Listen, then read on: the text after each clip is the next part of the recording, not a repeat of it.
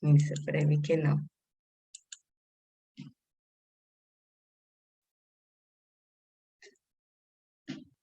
Bueno, y volvemos después de una pequeña ausencia en el mes de octubre, que como les escribí, estábamos planeando, reinventándonos hábito de cambio, haciéndole honor al nombre. Esperen que se organice la pantalla. Listo. Para los que no me conocen, nos vemos por primera vez. Creo que aquí hay personas, estudiantes de Panacea, pacientes míos de terapia, estudiantes del SENA. Aquí hay una mezcla. Por primera vez compartí la promoción del taller en mi estado de WhatsApp y varias personas me preguntaron, muchas personas me preguntaron por el taller y que querían asistir. Esperen. Entonces aquí quedó como una mezcla de todos los lugares donde me muevo laboralmente. Igual los que lo hicieron por recomendación o los que llegaron por los grupos de Facebook, por la publicidad. Mi nombre es Aileen Lau, aunque mi nombre es muy oriental. Yo soy nacida en Medellín, muy paisa como lo pueden ver por mi acento, y pues con unas mezclas ahí internacionales, que creo que es lo que le han dado también a mi perspectiva o a mi forma de ver las cosas como más amplitud. Soy psicóloga de profesión, trabajo como terapeuta y docente, además tengo una maestría en neuropsicología y educación, y el postre, la cereza que le faltaba al postre, que es el coaching ejecutivo, que esa es específicamente mi especialidad o en lo que me enfoco, de donde tomo las principales técnicas, los ejercicios, todo mi método es principalmente basado en coaching ejecutivo, con técnicas de programación neurolingüística. Soy creadora de Hábito de Cambio y socia fundadora de ese club que llevo en mi corazón, pero que en este momento ya digamos que cumplí mi ciclo, que es un club de comunicación y liderazgo que se llama Toastmasters Medellín. Para los que estén interesados también, me han llegado a terapia personas que me dicen, quiero mejorar mis habilidades de comunicación. Ahí está Toastmasters Medellín, que lo buscan en Google e inmediatamente les aparecen las redes. Y llevo 7 años trabajando con personas, acompañándolas pues justamente a mejorar, a encontrar esa mejor versión de sí mismos y a sanar todo su pasado, a desarrollar todas sus capacidades, tanto en organizaciones como por fuera, a nivel grupal e individual. Como les dije ahora, aquí hay una mezcla de todos los ámbitos laborales donde yo me muevo y efectivamente pues cada uno sabe de lo que estoy hablando. Para los que no me conocen, pues ya saben que igual trabajo uno a uno, también en grupos, por fuera y en organizaciones. Y hoy vamos a hablar de las heridas de infancia, específicamente de la herida del abandono. Las heridas de infancia son una teoría pues psicológica muy antigua. No, en su principio, en sus inicios, no lo llamaron específicamente herida de infancia, sino el famoso trauma que conocemos, el trauma psicológico, y luego poco a poco fueron puliendo toda esa teoría y resultaron 5 heridas principales que vamos desarrollando desde el momento de la gestación hasta finalizando la adolescencia. Todas me he dado cuenta que todas están en mayor o menor medida en todos los seres humanos, porque de alguna forma no vamos a ver con la herida del abandono, no necesariamente tiene que surgir porque nuestros progenitores o nuestros cuidadores hicieron el acto específico, sino simplemente porque desde nuestra personalidad, desde nuestra forma de ser, lo percibimos como que nos estaban rechazando, como que nos estaban humillando, entonces ahí comienza a crearse la herida. De todas formas, una, máximo dos, son las que van a ser más predominantes, van a estar más marcadas y pues a partir de ahí es que comenzamos a buscar esas relaciones que no nos traen para nada cosas positivas en nuestra vida o empezamos a generar ese tipo de sentimientos que terminan en enfermedades o pues en dolencias físicas en general, que terminan manifestándose de una u otra forma. Y como sabemos, la emoción es el lenguaje del cuerpo. El cuerpo nos dice a través de la enfermedad, de todo lo que percibimos, que debemos trabajar en algo. El propósito de todo ser humano, para los que llegaron aquí por la publicidad, es vivir plenamente, es ser felices, es conseguir como esa iluminación, es toda nuestra vida se basa en ir aprendiendo y evolucionando poco a poco como seres humanos para alcanzar como esa plenitud completa. El cómo llegamos a esa plenitud completa es lo que varía entre una persona y otra. Y todos estos eventos lo que hacen es decirnos, mira hacia adentro, qué es lo que tienes que trabajar y evolucionar. Porque si desde que naciésemos tuviésemos una vida perfecta, entonces, ¿a qué vinimos? Entonces vinimos, nacemos iluminados y pues ni para qué estamos aquí. Y si sucede eso es porque vinimos a ayudar a otros. Y ahí están todas las historias de los grandes maestros que llegaron a este mundo prácticamente ya iluminados desde súper niños. Pero esos son casos muy específicos y escasos.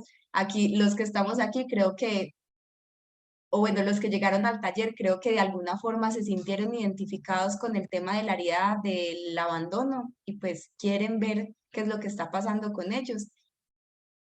Y en ese sentido, pues estamos buscando sanar, evolucionar para vivir plenamente, que es el propósito de todos nosotros. Tati hoy me recoge las preguntas y mejor al finalizar las reviso. Porfa. Sí, señorita, de una. Señora. Ay, me faltó decir eso en la presentación. Soy mamá de 2 hijos, por eso soy señora ya. De una adolescente de 15 años, imagínense, ya es señorota, y de un bebé de 2 añitos. Eso es muy importante para la presentación. Bueno, entonces vamos a comenzar con la herida del abandono. Como les dije al inicio, no necesariamente debimos haber sufrido un abandono real, literal, que de verdad el papá o la mamá se fueran o que nuestro cuidador se fuera de nuestra vida literalmente, sino que también se pudo haber vivido desde la percepción de nosotros frente a X o Y actuación de nuestros cuidadores. Por ejemplo, que mi mamá, siempre viví con mi mamá. Generalmente la herida del abandono, la causa surge antes de los 2 años y la causa el progenitor del sexo opuesto. O sea, nuestros papás para las mujeres y las mamás para los hombres. Y es muy común, sobre todo en nuestra sociedad, que ese papá haya estado ausente, no solo porque se fue físicamente, sino porque todo el día trabajaba y llegaba, se iba antes de que nos despertáramos y llegaba cuando ya estábamos dormidos, o porque viajaba y trabajaba y en realidad nunca estaba. Puede suceder también con la mamá, papás que todo el día trabajan y yo siempre dije eso antes de tener a mi segundo hijo. Yo, si yo voy a ser mamá es porque voy a ser una mamá presente, con tiempo para estar con él y he estado priorizando ese tema de una forma incansable. Porque ¿para qué tener un hijo si todo el día lo va a cuidar? Va a estar en la guardería, con la señora del servicio, con el vecino, con el tío, eso sí, sí, casos aún peores, pero en general el niño desde antes de los 2 años ya va a percibir esa ausencia. Puede que también la mamá todo el día esté ahí en la casa al lado de él y sea el papá el que se vaya a trabajar, pero puede percibir no solo abandono por parte de la mamá, sino que además esa mamá todo el día está en el celular hablando con las vecinas, en la tienda haciendo otras cosas, cocinando y limpiando la casa, entonces no le presta atención al niño y el niño, aunque tenga a la mamá o al papá ahí físicamente, si no le prestan atención, si no juegan con él, también se va a percibir esa herida de abandono. Me da una curiosidad abrir el chat, pero no lo voy a abrir porque me desconcentro. Ya Tati al final me igual hacen las preguntas que saben que van a estar tomando notas. No sé si hay posibilidad de pronto, Ángel, de abrir Facebook, por si alguien tiene preguntas desde Facebook, como también puede revisarlas. Bueno, ¿cómo se siente Ya sabemos entonces qué es lo que causa la herida del abandono.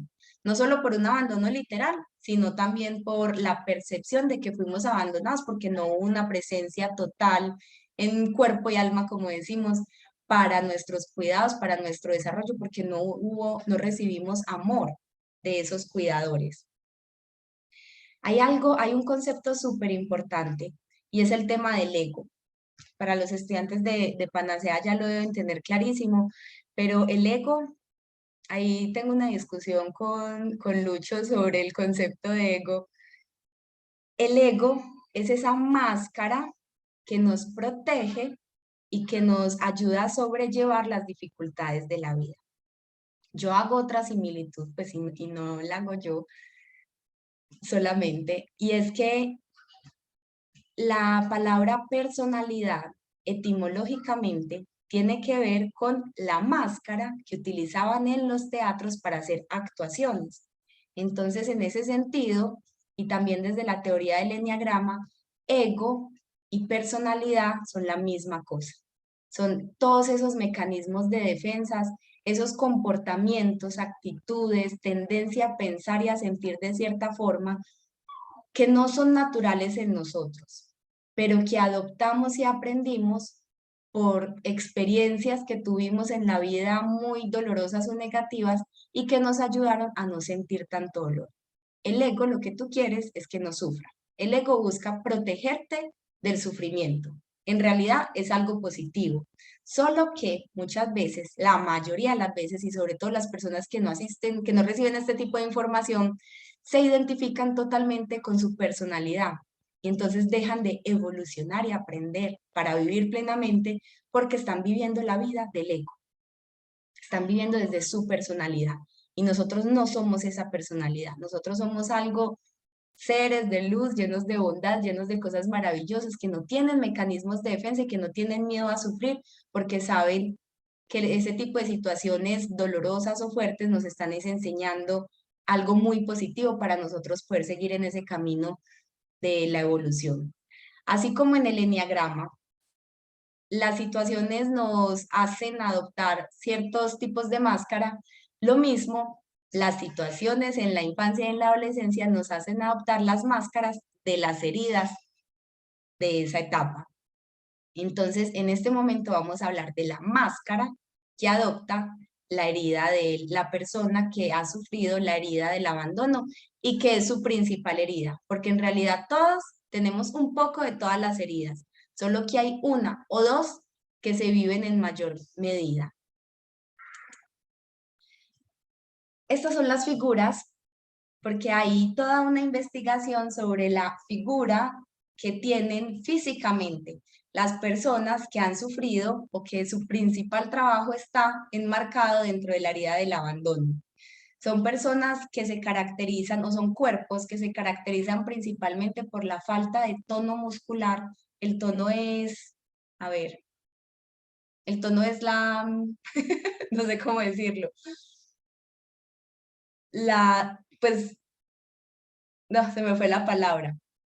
Cuando hay tono muscular es que se siente el músculo durito y cuando hace falta tono muscular es que se siente flácido. Entonces hay una tendencia a la flacidez en el tono muscular. Esa era la palabra. Generalmente tienden a tener la espalda encorvada, los ojos grandes, así como de el gato de Shrek, que es como, mírame, pobrecito yo, ayúdame, quiero llamar la atención, quiero que me veas para que me ayudes y me tengas en cuenta y por favor no me abandones. Y generalmente tienen también los brazos más largos y se ven como decaídos, como que caminan arrastrando los pies y tristes. Esa es la emoción principal dentro de la herida del abandono. Una tristeza que si sigue siendo alimentada, que si se incrementa cada vez más, termina en un trastorno del estado de ánimo. Generalmente termina en una depresión. Una tristeza profunda nos va a terminar en un sentimiento de soledad inmenso. ¿Qué hacen las personas con la herida del abandono que está muy marcada o cómo nos damos cuenta si la tenemos o no?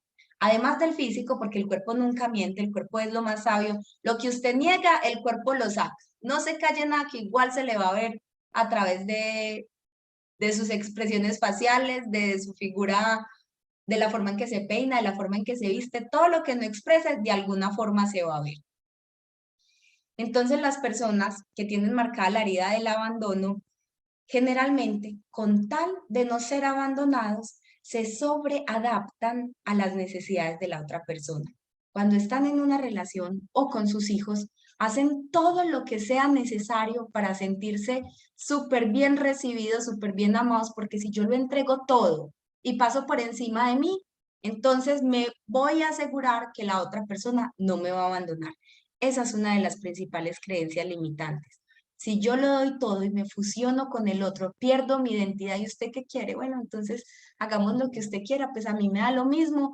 El consciente va a decir, pues a mí me da lo mismo, pero en realidad detrás de ese a mí me da lo mismo está, hago lo que tú quieras, porque si no lo hago, me da miedo que me vayas a abandonar.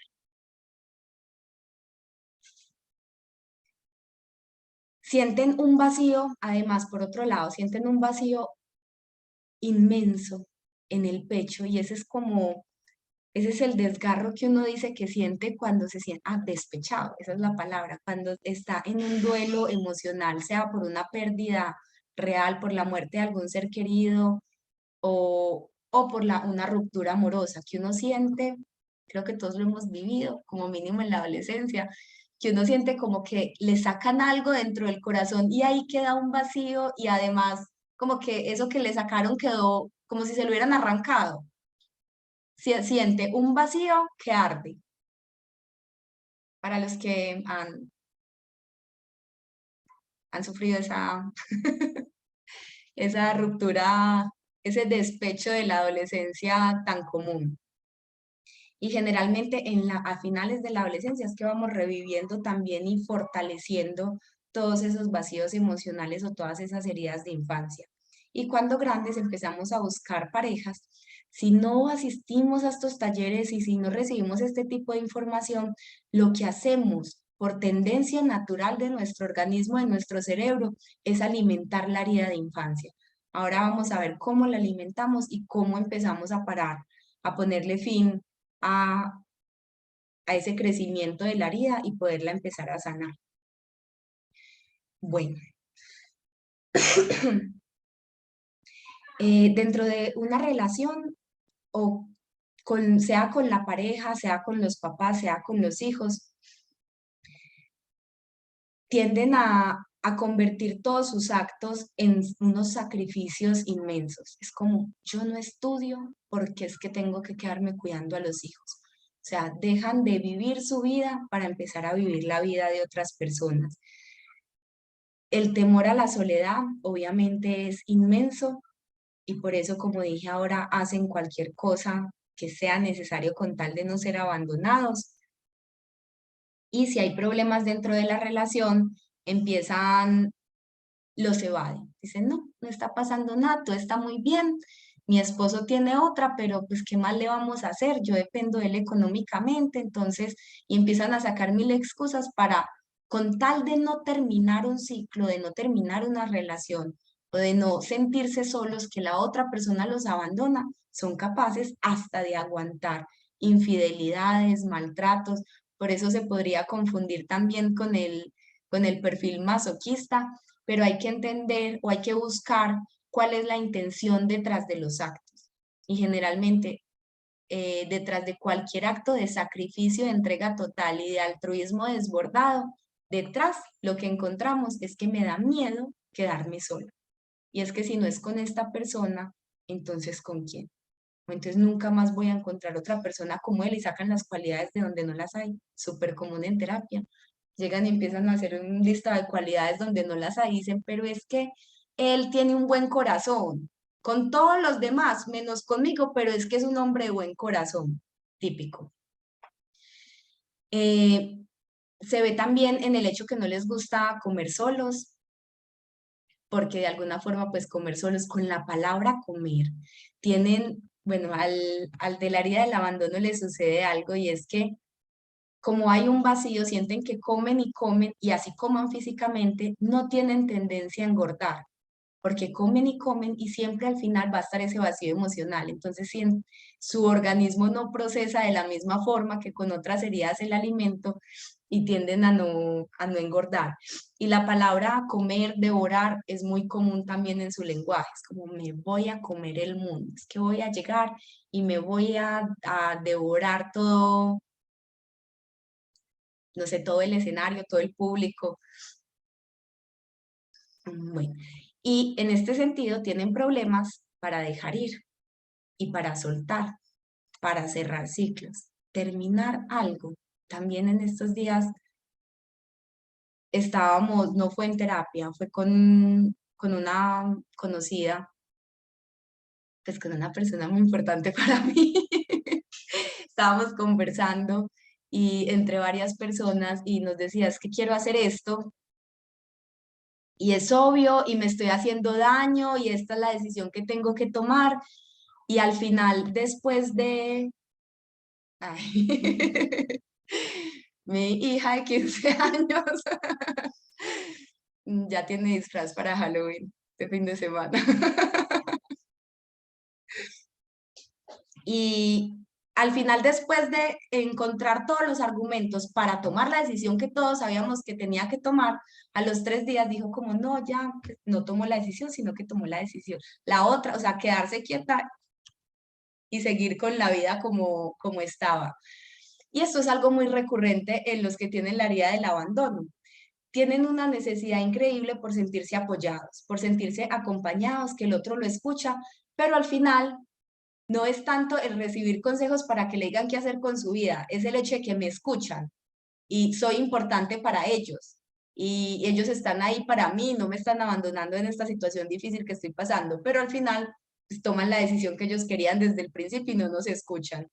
Por eso es que no nos podemos tomar nunca nada personal. En esa situación, otra persona diría, no, es que entonces perdí mi tiempo, 3 horas de conversación en grupo, aconsejándola, diciéndole, o sea, mirando herramientas y todo, llegando a la mejor conclusión para que después haga lo que todas dijimos que no podía hacer. Pero si lo vemos desde, está alimentando su herida del abandono y aún no ha sido consciente de ella, entonces ya podemos entender mejor la situación. ¿Cuáles son las creencias típicas en este tipo de personas?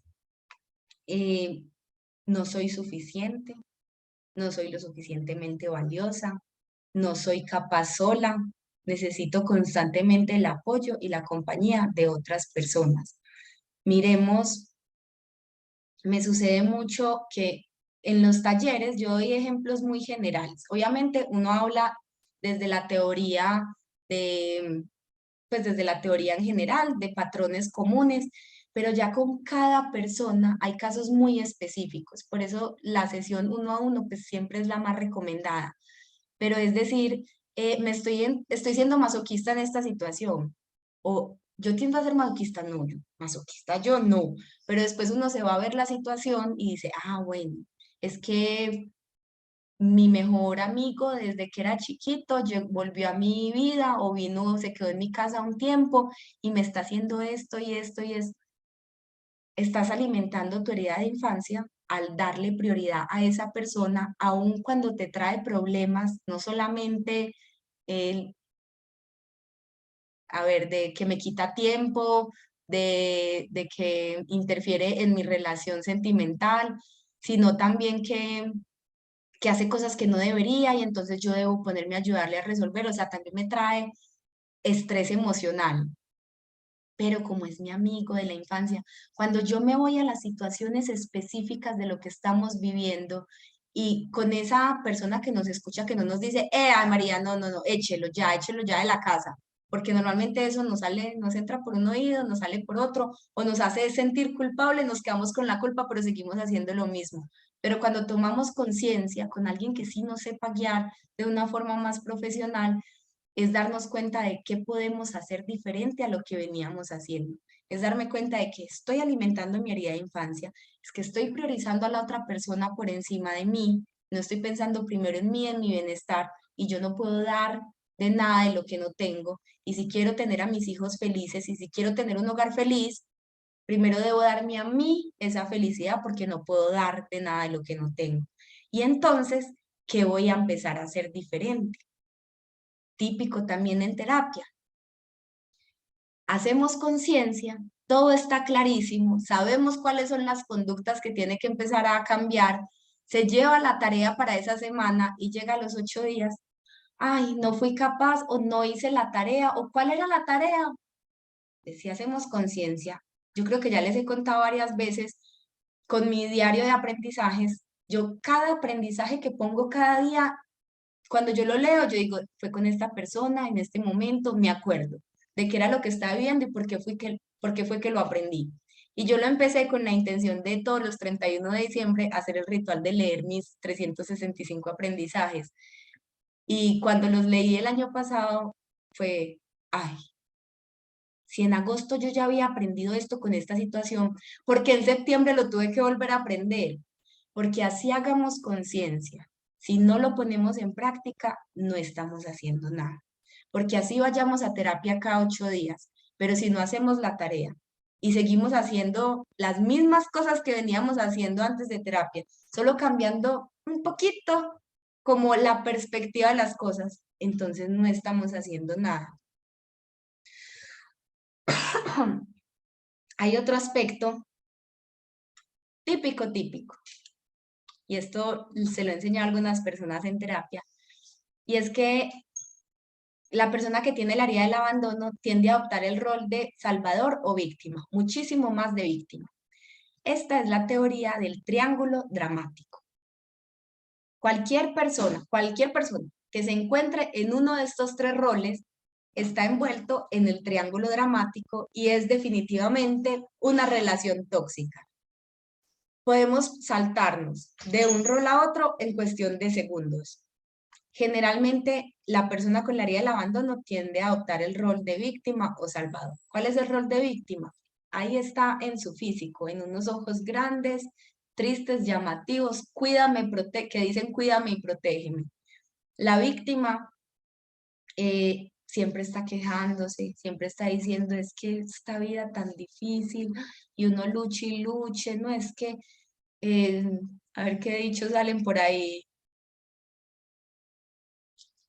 Dios le da pan al que no tiene dientes. Esta vida uno nació fue para sufrir, el que es pobre, el que se nace pobre se muere pobre. Bueno, frases típicas. ¿Cómo nos damos cuenta? Miren que yo lo digo a nivel general, pero hasta que ustedes no tengan una emoción negativa, se estén sintiendo mal y escriban todo lo que están pensando, no se van a dar cuenta de cuáles son sus creencias específicas. Digamos que a nivel general está el no soy suficiente, no valgo lo suficiente, todo el mundo que llega a mi vida me va a abandonar, pero hay unas creencias muy específicas en donde podemos ir a explorar qué sucedió en la infancia, en la adolescencia, que te marcó esa forma de pensar, cómo la empezamos a ver desde otro punto de vista y entonces ya nos traemos un evento, una experiencia resignificada para empezar a hacer las cosas diferentes. Algo que me han dicho es que si yo estoy bien en este momento, ¿para qué irme a mirar, ay, cuáles son mis heridas de infancia? No, si yo estoy viendo súper bien, yo estoy tranquilo, me siento feliz. Es cierto, nosotros vamos al pasado como un lugar de referencia y no de residencia. Cuando llegan a terapia y me dicen, no, es para ver cómo estoy, pues, porque uno siempre tiene que estar trabajando cositas, pero ¿cómo está tu vida? Todo bien. ¿Y cómo está el área emocional, el área, todo está perfecto, estoy muy feliz con mi vida? Es como, entonces no escarbes, porque la vida es súper sabia, el universo es súper sabio. Y Él nos trae las dificultades que nos tiene que traer para aprender lo que tengamos que aprender en ese momento. Y no escarbemos en información que no tenemos que recibir, porque igual no nos va a llegar. A nosotros nos llega la información únicamente que debemos recibir para poder trabajar, punto. Nunca nos llega de más. Y así nos llegue, ni siquiera la vemos, ni siquiera la entendemos, nos damos cuenta, o lo que no teníamos que escuchar de este taller, en ese momento sonó el celular, pasó algo, llegó un mensaje, y ese pedacito no lo escuché. No importa, no se vaya a ver la grabación, que es porque no le tenía que llegar esa información. Eso es como le dije a una paciente en estos días con el mito de la caverna. de Platón. No se los voy a contar todo completo, pero en sí es que si estamos en total oscuridad, pues un pedacitico fuera de contexto para que entendamos a qué me refiero con ese ejemplo. Si estamos en total oscuridad y de repente nos sacan a la luz del sol a las 12 del día, no vemos nada. Es como que si llegamos, estamos bien, tranquilos, y nos leemos un libro sobre absolutamente todos los traumas del ser humano. Ah, eso nos pasaba a nosotros en psicología. Cuando empezamos a estudiar el libro donde estaban descritos todos los trastornos psicológicos, todos teníamos todos los trastornos. Y a medida que los íbamos estudiando uno a uno, era, tengo TOC. No, yo he tenido depresión en mi vida, también todos los he tenido, hasta esquizofrénicos fuimos. Porque cuando uno va a escarbar, donde no tiene que escarbar, la vida es súper sabia. Déjate fluir, que las cosas solas van llegando. Entonces, el rol de víctima es ese quejumbroso, que por todo se queja y que quiere que todo el mundo le ayude. Y el rol de salvador es el que siempre está buscando a quién ayudar, aunque no se lo pidan. Al final terminan es como metiches, como, pero este porque me quiere organizar la vida o este porque me está diciendo qué hacer. En realidad su intención detrás, pues es una intención positiva, aunque lo está haciendo desde el ego y desde el trauma. Y es que busca ayudar a los demás para sentirse valorado, porque en realidad lo que quiere recibir es atención. Las personas con la herida del abandono muy marcada son personas que necesitan mucha atención, pero no tanto no es tan común, aunque sí se ha dado el caso, no es tan común que necesitan atención pública, sino uno a uno. Necesitan volver a traer ese progenitor que estuvo ausente en su infancia. El perseguidor en este caso no sea, el perseguidor es el que señala, el que acusa, el que hace sentir mal al otro, el que juzga, el que critica. Los de la herida del abandono son más salvadores o víctimas. ¿Cómo salimos del triángulo dramático? Haciéndonos la pregunta. Si esto fuera una película y si yo fuera el protagonista y estos tres son los conflictivos de la película, ¿qué haría yo en esta situación? Entonces, tengo problemas con mi pareja. ¿Qué hace la víctima? Todos los días se llama a quejar, pero no hace nada. ¿Qué hace el salvador? En ese caso, no es que yo estoy aquí en esta relación tóxica, es por mis hijos, porque es que yo quiero que tengan a los dos padres juntos, no como yo que viví una separación y fue tan doloroso para mí. Acuérdense siempre de eso. Uno no está con otra persona por los hijos, porque tener las dos figuras juntas son positivas cuando las dos figuras están bien, se la llevan bien y son un ejemplo de relación sana. Si estamos peleando, durmiendo en habitaciones separadas, ¿qué sentido tiene tener al? Es peor tenerlos bajo el mismo techo. Si vemos peleas, es peor. O me pongo también le devuelvo la agresividad a mi esposo. Y también, pues estamos en igualdad de condiciones ahí frente a la agresividad. Si esta fuese una película, ¿yo qué haría como protagonista? ¿Cómo empiezo a asumir la responsabilidad de mi vida? ¿Cómo empiezo a ser el dueño de mis decisiones y a elegir qué es lo que me hace bien? Y a poner los límites, tan importante para los de la herida del abandono.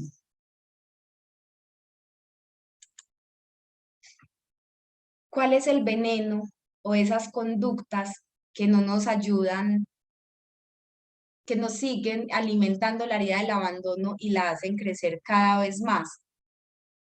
Cuando empezamos proyectos y no los terminamos. Y proyectos que nos encantaban y empezamos súper entusiasmados, pero luego nos vamos a esto no, le hice el gesto del PDF, nos vamos no, es que es muy grande para mí, es que yo no voy a ser capaz con eso, no es que esto no era realmente lo que yo quería, no es que yo solo en un proyecto yo necesito a un equipo de trabajo, que en el fondo pues en equipos se trabaja mejor, pero son excusas para abandonar desde el rol de la víctima esos proyectos o desde el rol del salvador, no es que allí me necesitan más y entonces abandono mis sueños y mis proyectos y los dejo a medias. cuando nos autosaboteamos para que suceda nuestro mayor miedo. Si nuestro mayor miedo es a que nos abandonen, entonces yo hago todo lo posible para que me abandonen. Entonces yo digo, conscientemente, no, no quiero que me dejes, estamos súper bien, pero después voy y lo trato mal, después voy y hago cosas para que al otro le dé rabia y hago que me abandone. Cuando hacemos consciente esto, es súper revelador para darnos cuenta de cuáles son las conductas que estamos haciendo y poderles poner fin. Entonces yo realmente sí quería estar con él porque él es una persona que me complementa o con ella, porque es una persona que me complementa y que me ayuda a seguir mi proceso evolutivo para vivir plenamente, o estoy con él para que me abandone, estoy con él para que me abandone y luego estoy con él para que me abandone, porque se convierte en un ciclo vicioso. Normalmente las personas con la herida del abandono tienen una voz más infantil, más aguda y tienen actitudes de niño o de niña. Ay, esperen, yo borro las anotaciones. Hasta que no anotan, nunca me acuerdo. Listo. Cuando, cuando no sabemos decir no, cuando no ponemos los límites y permitimos que pasen por encima de todo lo que nosotros somos. Entonces yo tengo estos sueños, pero mi pareja tiene estos otros sueños, o mis hijos, yo quiero que ellos hagan esto, o ellos quieren hacer esto, y entonces yo me desintegro para fundirme con todos los sueños del otro. Ahí lo que hago es alimentar mi herida del abandono.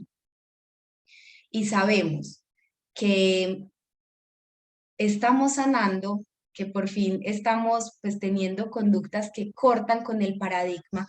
Miren, lo primero es hacer conscientes o darnos cuenta de los eventos o el evento específicamente que nos hizo sentir esa sensación de abandono que fue dolorosa para nosotros. Yo aquí les voy a hacer un paréntesis con mi herida de abandono, que era la herida más marcada dentro de las heridas de infancia que yo tuve. Para mí, a ver, mis rupturas amorosas, mis despechos fueron muy, muy dolorosos, sobre todo el de la adolescencia, que al inicio les estaba haciendo el ejemplo. Yo digo, todos han tenido, pues me voy a ver y sí, pero me imagino que algunos no habrán tenido ese despecho, ese dolor tan grande de la ruptura amorosa. Pero para mí, haber terminado mi primera relación, pues la primera vez que me enamoré fue una depresión grave, una depresión severa, ni siquiera fue leve, no fue una tristeza, o sea, no fue normal, fue patológico todo lo que sentí cuando terminé esa relación. Y luego en una segunda y luego en una tercera, no fue tan patológico, pero igual fue muy doloroso. Ya ahí fue más tristeza, no llegó ni a depresión leve en las siguientes.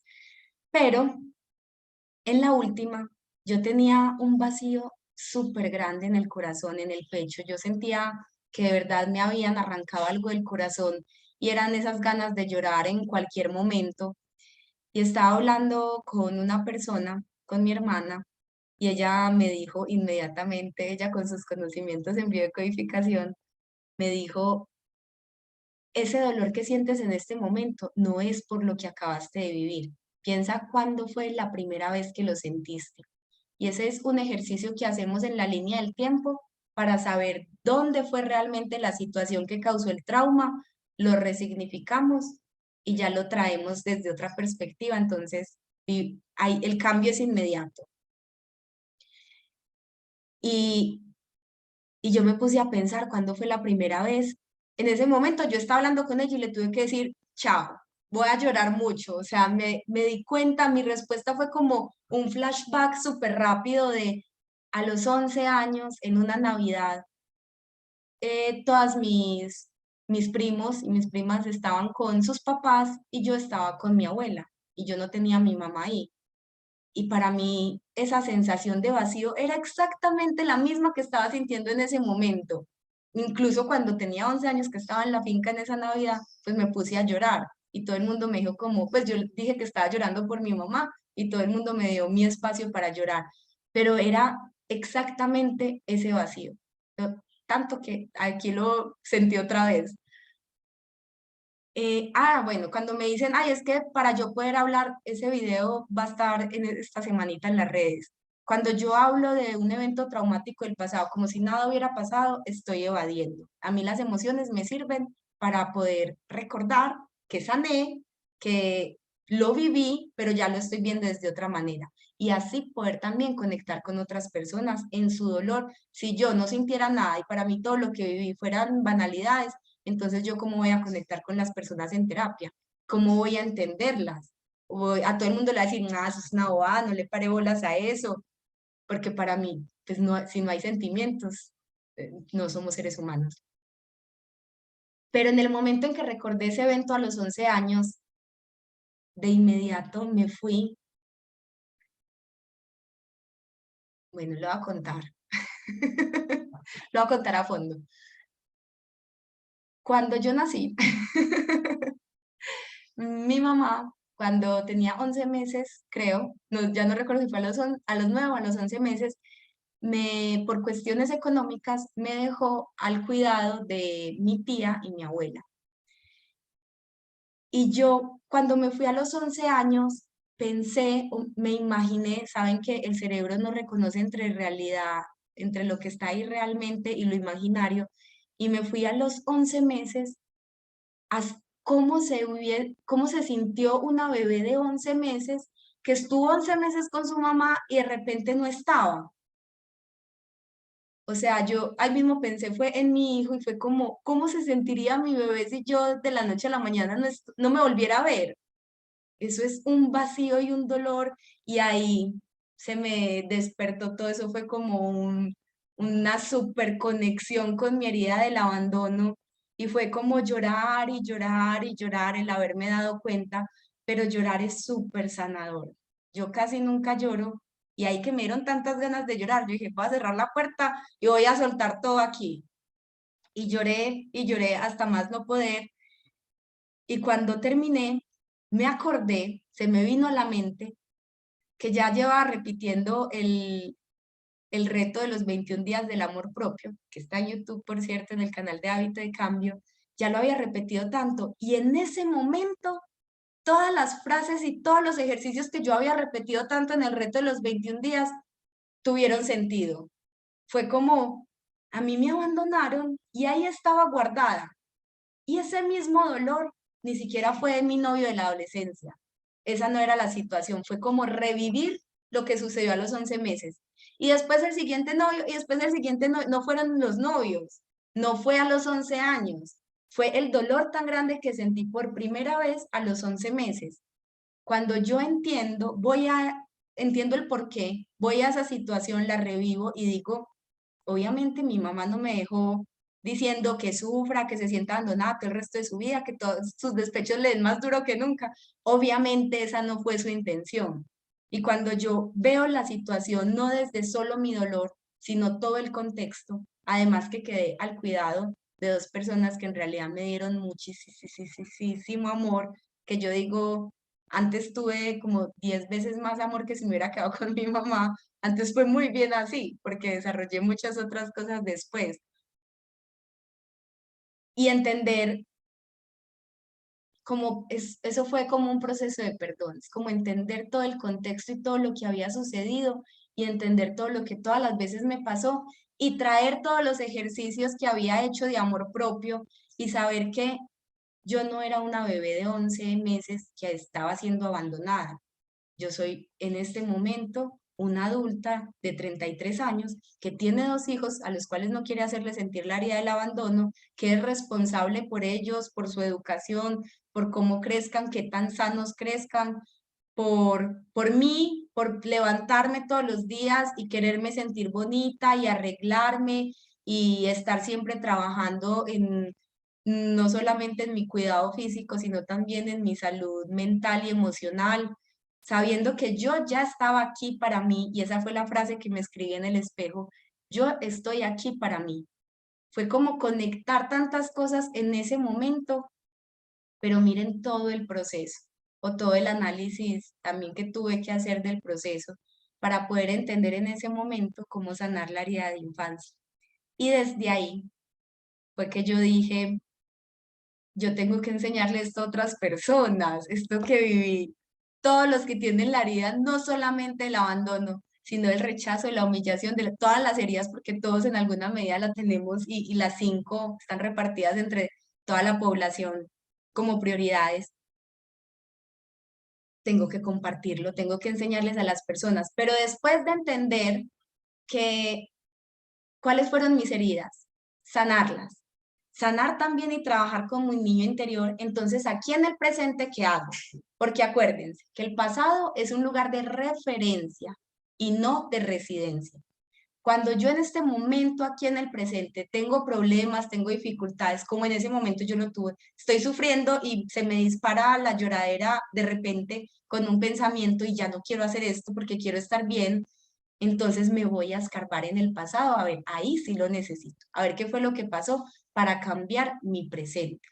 Identificar en el pasado qué creencias limitantes se arraigaron y cómo las puedo cambiar y cómo puedo empezar a vivir diferente y ahí sí proyectar.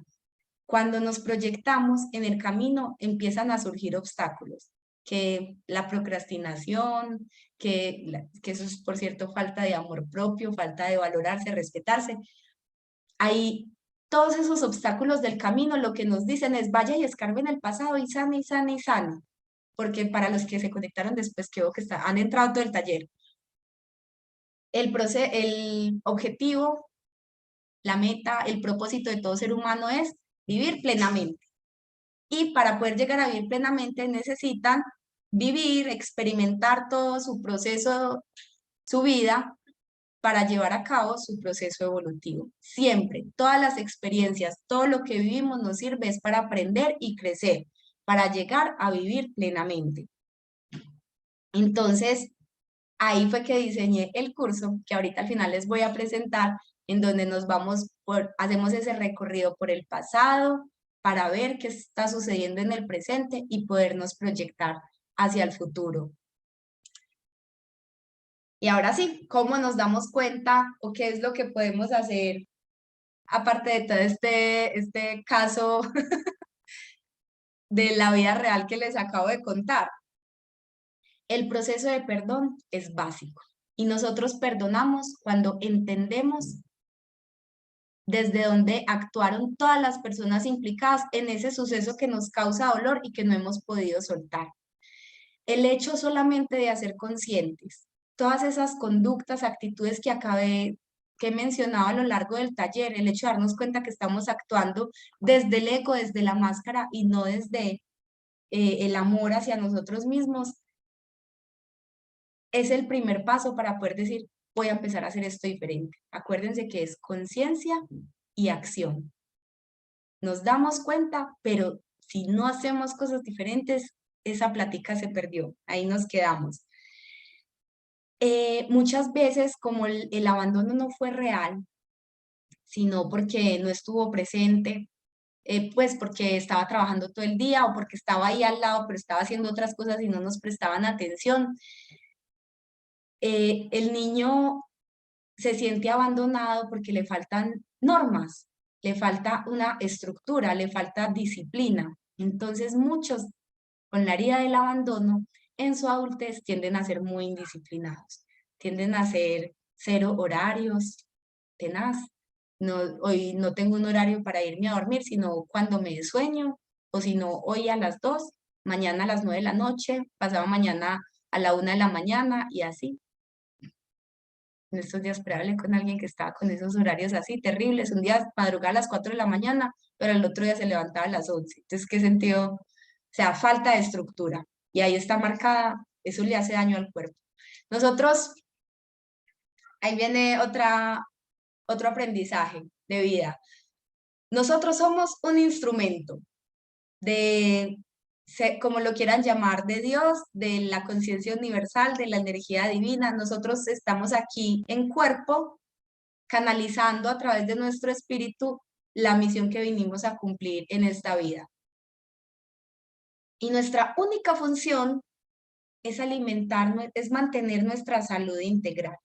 Nuestra única función es, como mínimo, duerma en la hora, en los horarios que es, y eso también nos va a ayudar a sanar para los que tienen la herida del rechazo, el amor propio, y si pues obviamente trabajamos en nuestro amor propio, nos vamos a sentir más valiosos. Como mínimo duerman las horas que son, como mínimo en estos días dejé una tarea, ya que me acuerdo y no me la hicieron, y es todos los días vístete como si fuera el mejor día de tu vida. Y para ti, no es como toda la semana estoy en pijama, pero el fin de semana que me voy a ver con no sé quién, ese día sí me arreglo, ese día sí me lavo el pelo y me maquillo.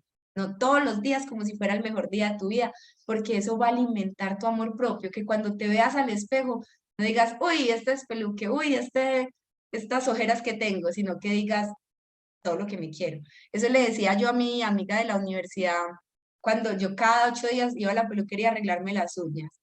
Y ella no, ella aprendió a arreglarse las uñas conmigo. Y ella me decía, ay, es que usted tan vanidosa, usted tan creída. Y yo, no, no, esto es amor propio. Porque cuando yo me arreglo las uñas, yo no veo unas uñas arregladas.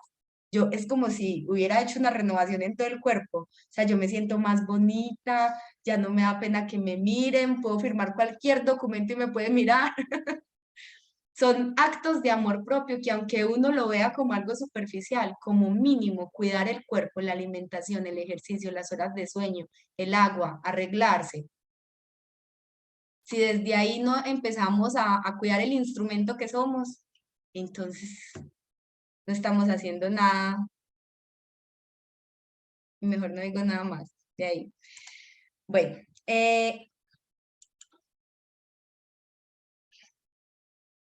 seguimos con qué más podemos hacer para, entonces vamos, en la conciencia de todas estas conductas que acabamos de decir y el empezar a actuar diferente, primer punto. El segundo es aprender a perdonar esas situaciones que vivimos dolorosas y perdonamos desde la comprensión, desde dónde actuó esa persona y entonces empiezo a sentir compasión y no decimos, es que esa persona es mala. No, no, que vivió, cómo fueron sus papás, cómo fue su educación. Entonces empezamos a entender. Pero después de perdonar, y me he encontrado en terapia que es muy común perdonar a los otros, pero después mirar hacia adentro y perdonarme por permitirme haber sufrido, por permitirme haber vivido este dolor 20 años. Yo porque todavía estoy sufriendo por lo de hace 20 años, por perdonarme por haberme hecho daño tanto tiempo y entender que estaba actuando lo mismo que para los otros. Comprender que estaba actuando desde mis conocimientos, desde mi nivel de conciencia, pero en este momento que ya tengo conciencia, más conciencia, es mi deber empezar a actuar diferente. Y en ese sentido es que ya voy a empezar a perdonarme. Y lo tercero es crear más disciplina en mi vida, crear horarios, crear rutinas. Hay personas que no van con las agendas, que no les gusta que le pongan horarios. Bueno, ¿cómo vas a hacer entonces esa disciplina más flexible? No me gusta todos los días de 5 a 7, ¿no? Entonces ten días temáticos. Los lunes, los martes, pues para los que trabajan como independientes, los otros no pueden tener días temáticos. Los lunes, los martes me voy a dedicar a este proyecto. Los miércoles, los jueves, o entre este horario, o apenas me levante, hago X o Y. Y después de almuerzo, hago X o Y.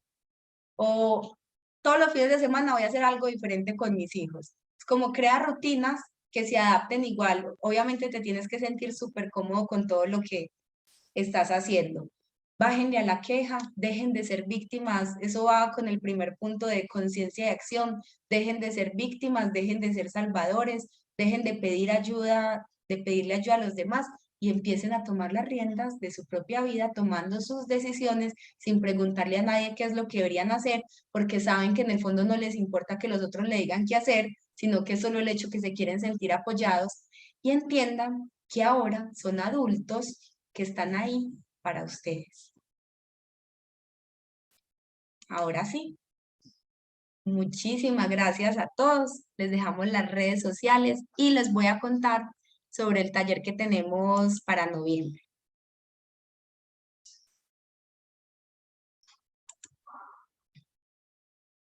Creo que Esperen por este lado. Y Aileen, hay varias preguntitas para que ahorita las resolvamos. Listo. Quiero es